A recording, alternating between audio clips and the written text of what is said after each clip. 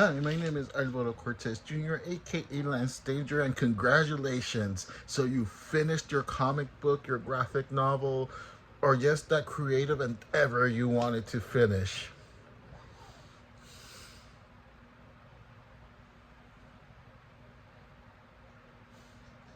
Now what?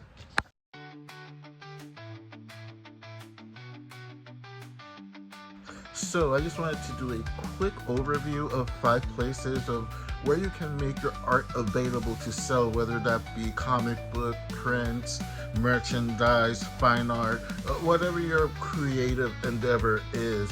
You can pretty much kind of reverse engineer and just use it for whatever and ever that you want to sell your product. But again, whether it's a comic book, a novel, a painting, digital prints, and so on. It is going to be very quick.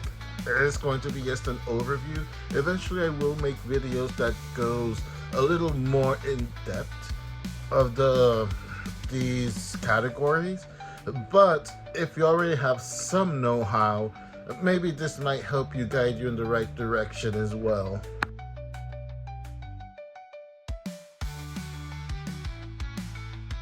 Number one, for example, if you're selling your comic book, graphic novel, indie manga, or whatever it is, you can definitely contact your local comic book shop and also some indie bookstores as well. For example, here in New York City, I can definitely talk with the owner of, for example, Anyone Comics, or go to Forbidden Planet, which are like the smaller, more indie friendly stores. You can ask to talk to the owner, ask for their information, ask how you can sell your comics there, and usually you can strike up a deal. Sometimes some places will pay you for the comic and then they'll give you whatever sells. Other places just say, just put it on the rack, and whatever sells, then I'll give you the money, or you can use it as store credit, so on and so forth. But the thing is to get your book out there, and if you want to sell it like in a traditional brick and mortar place, definitely contact your local comic book shop, or even some indies, more indie bookstores can do that as well, such as again, right here in New York City, there's one of the oldest, if not the oldest, bookstore in the city is Strand Books.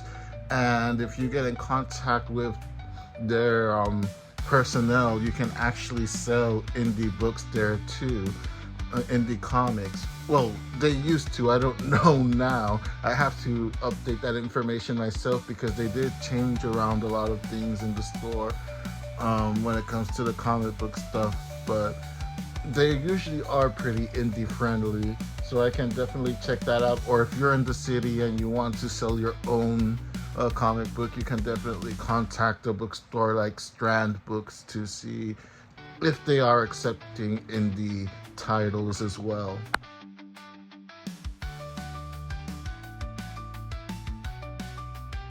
Way number two would be selling directly to the customer, and that would be kind of like going to conventions, going to activities, things like Free Comic Book Day, for example. Pretty much every comic book shop will do some sort of activity for Free Comic Book Day. Definitely get in touch with them once again if you want to go and have like a hands-on experience and sell your stuff in person. Of course, there's conventions. There's the big ones, of course, San Diego Comic Con, New York Comic Con, Anime NYC, if you're once again in the city. A lot of those are more subject to kind of lottery to see if you're able to get into sell. But then there's other smaller festivals like MICE over in Chicago, I believe it was. Please correct me if I'm wrong. And there's also the Toronto Comics and Art Festival. There's also Mocha Fest in New York. That there's year-round, there's always going to be some kind of smaller tier activity where you can definitely look up that information, sign up. A quick Google search. There are websites that have the information for activities that are happening in your town or around your town. Or if you have the mobility and you want to trek and adventure, you can go from state to state throughout the year to different activities as well.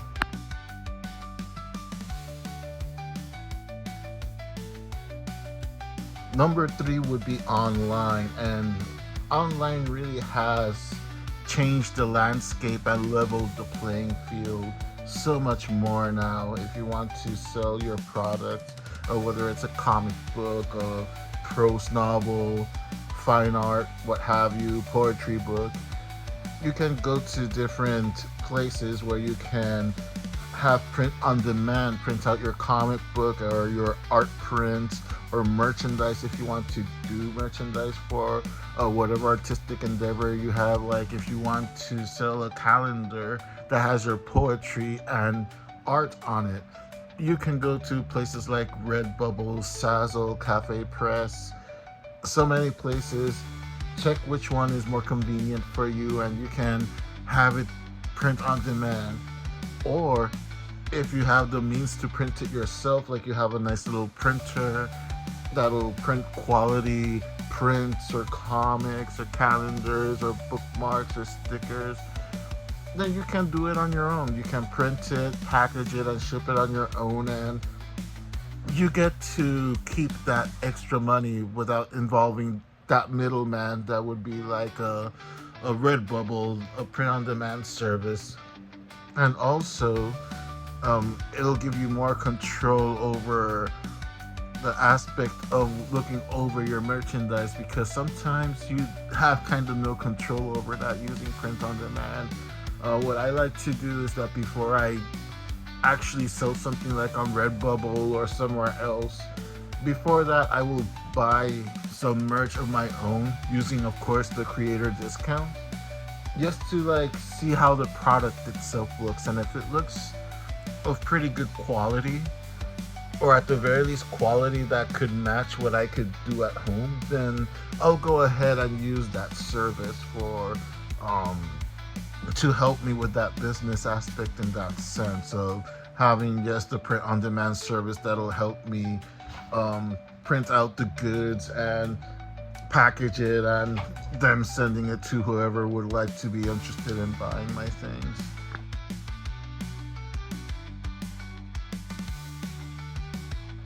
Number four would have to be commissions. You can definitely open a commission list as well. A commission list is a nice way to keep yourself busy in between projects, in between releases, and again, it helps kind of put your name out there more as well. So you can open up a commission list and you can do it as, you know, as safe or not safe for work as you want. Again, it all depends on your style, it depends on your branding. If you're interested in doing a brand for yourself and for your artistic endeavors, open up a commission list. Some people open up like a slot of 5 to 12 commissions depending on how busy they are, and you know, as long as you don't undervalue yourself too much, that's a great way to make a little bit of extra money. I have had former classmates that in the summer, so they could get new equipment for their classes and such, or just for personal reasons, they would just open a commission list and they would do it either on DeviantArt, if you're still on DeviantArt, or on any of those platforms. If you have a mailing list, you can definitely send a blast to your list saying that you're available for commissions, social media posts, and what have you, and you're all set.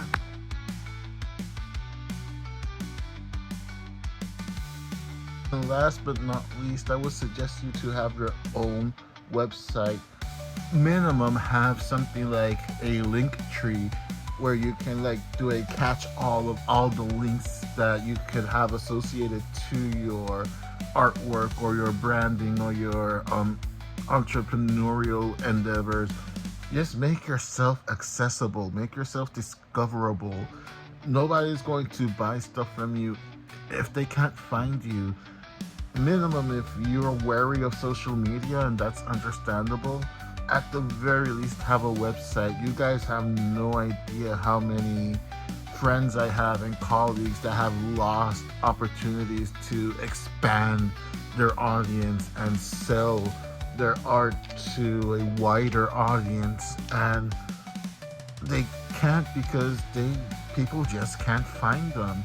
And once again, it's great to go to activities, it's great to go to a store and have a store sell your stuff, but if people aren't aware of what you're doing, where you are, when's the next release going to be, it's going to be very, very difficult. It's going to be an uphill battle to maintain that audience. I'm not saying it's impossible.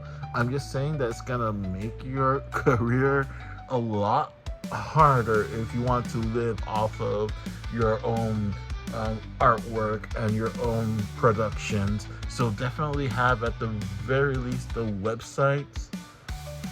It doesn't have to be super detailed. It just has to be organized and user friendly, so people can go, okay, this tab will send me to the shop, this tab will send me to a portfolio, this tab will send me to a download place where I can download ebooks or e-comics or digital prints or MP3s, what have you, if you're doing music, for example. You know, once again, there are so many sites that you can use, like Gumroad, Etsy, Store Envy. The possibilities are endless when it comes to selling digital items. But once again, if you're not discoverable, if you don't have a user-friendly interface for people to actually access your products, you can't complain that you haven't sold much throughout the year if you're just impossible to find. So please have, at the very least, a link tree or a website that has a landing page with links that send people to the places where they can actually buy your stuff.